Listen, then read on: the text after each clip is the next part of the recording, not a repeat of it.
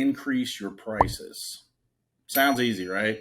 But I'm not talking about just taking prices and adding percentage and increasing your prices. What I'm saying is you need to figure out a way to make your services more valuable so that you can charge more money and get a higher average ticket, right?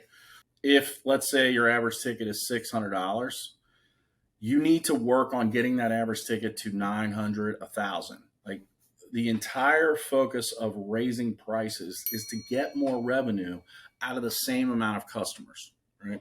So your focus needs to be how to increase your average ticket by 40%. When we went from 2016 to 2017, went from went from basically more than 2xing 2016's revenue in 2017. A lot of it had to do with the fact that we raised our average price. We increased our average price by 35% on exterior cleaning, and we increased our average price by almost 50% for Christmas lights.